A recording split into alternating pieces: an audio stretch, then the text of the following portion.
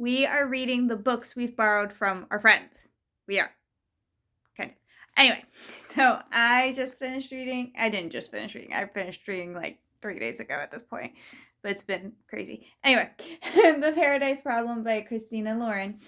And so this was a book. It was originally part of a book of the month that my friend got, and then she lent it to me after she was finished reading it. Luckily, I know she usually lends me books when she's like, I'm kind of done with them, and then I don't care what happens to them afterwards, thankfully. So I have had this for a while, but she's not looking for it back anytime soon. So we're good on that front. Anyway, so in this book we have Anna, who is a artist. She initially was in college to be a doctor, and then she eventually switched majors to be an artist.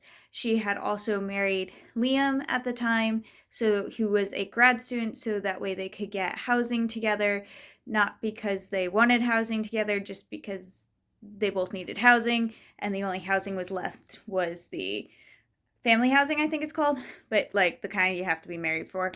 Anyway, so you start off the book and Liam's moving out because he has graduated from a grad school, and he gives her papers to start the divorce process, and she's like, okay, all I'm left with is this couch, but I'm moving out anyway. And then we flash forward a couple years. So she has changed her major to become an artist, and she is pursuing art, but it's not going very well. So she's also a gas station clerk, and then she gets fired from that.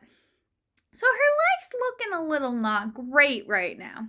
And then enter Liam back into her life, who's like, oh, by the way, we're actually kind of still married because if I was married, then I got an inheritance, and I have to stay married for, I think, at least 5 years in order to keep my inheritance. And it has to look real, so he's kind of been fibbing to his family this entire time, saying, like, they're married, but she's been, focusing on her doctor studies, which, again, she's not a doctor anymore, so, there's that issue. And he's like, and I need you to come with me to a wedding to make it look real. I'll pay ya. So, of course, she's like, well, yes, I need the money to pay for my father's medical bills, and that will give me a little bit of a cushion. So, okay, yeah, I'll do it. But I'm not... Did I mention his family's, like, super, super rich? They, like, own this big, third largest grocery store in the United States or something like that. So she's like, I'm not really, like, the rich person's wife, so he gives her money. She gets a whole new wardrobe and all that stuff. Anyway, so they go to the private island where she has to pretend to be his wife, and they really, even when they were married, they really didn't interact very much. So it's kind of like not only learning him, but like trying to have a relationship, or like fake a relationship. So you definitely have the fake relationship in here. Meanwhile, Liam's family is horrific.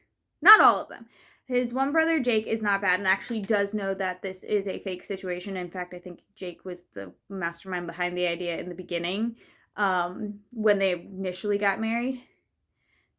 I think, yeah, he was one of the witnesses too. So he knows. Then he has a brother, Alex, who's actually older, and is like kissing up to his father so much. So much. So, like, there's this rivalry between Liam and Alex, even though Liam really is like, I don't want this. So his dad wants him to run the grocery store chain. Yeah, run the company, basically, that his grandfather started. Liam wants nothing to do with it after this big incident that happened with his father and the stores. And so he's like, no, I don't want this. I'm gonna go be a professor, which he is. That's what he was doing for graduate school. But his father is like pressuring him so bad and almost being like, introducing him as the next CEO. I'm doing this because I talk with my hands. So he's almost introducing his son Liam as the next CEO, even though Liam has repeatedly said, I don't want to do this. Alex does, and it's creating such issues between the boys. The wedding is for his sister, who his father treats completely differently. Liam is getting so much pressure from his father. His father pretty much is like ends up blackmailing him at one point to become CEO, which he doesn't want to do. I was very infuriated by this father. So narcissistic. It's bad. Overall, the story's not bad. I just couldn't get over how annoying and narcissistic this father was, and it just drove me insane. So like it was, so I didn't love the book for that reason, obviously. But overall, I thought it was a good book. I know a lot of people recommend it. I know it was even on one of the recommendation lists for my library for summer reading for adults. But yeah, the ending kind of really bothered me. Not spoilers. Scroll away. Go. Okay. So in the end, as I said, his father blackmails him pretty much.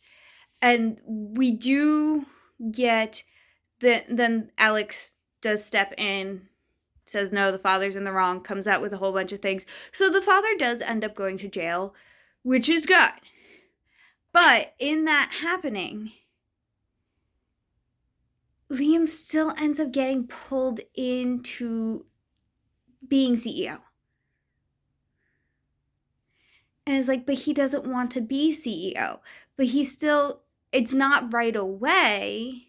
You know, there's an interim CEO for a couple of years, and then when they retire, Liam's going to step in as CEO. But it's like, but he never wanted that.